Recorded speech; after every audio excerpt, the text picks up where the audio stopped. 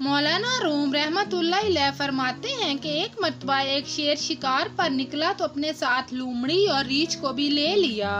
शेर ने 3 शिकार किए, एक हिरन का, एक गाय और एक खरगोश। वापसी पर रीछ बड़ा इतरा कर चलने लगा कि शिकार में हमारा हिस्सा भी है। शेर भांप गया और इसने रीछ से कहा कि शिकार के मुतल्लिक क्या कहते हो।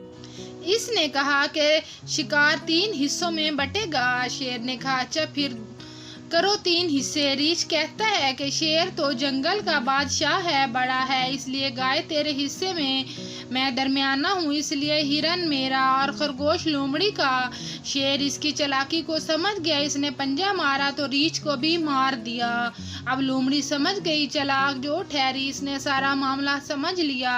अब शेर ने इससे पूछा कि बता तू कैसे हिस्सा करेगी। लोमड़ी ने कहा कि शेर तो जंगल का बादशाह है, खरगोश नाश्ते में खाएंगे और गाय दोपहर को और हिरन रात को तनावल फरमाएंगे। शेर बड़ा खुश हुआ, इसने लोमड़ी से पूछा कि तूने ये तकसीम कहाँ से सीखी। इसने कहा रीछ की मौत से। मौलाना रूम रहमतुल्लाह अलैह फरमाते हैं कि ए इंसान, तू भी कुछ मौत से सीख जा।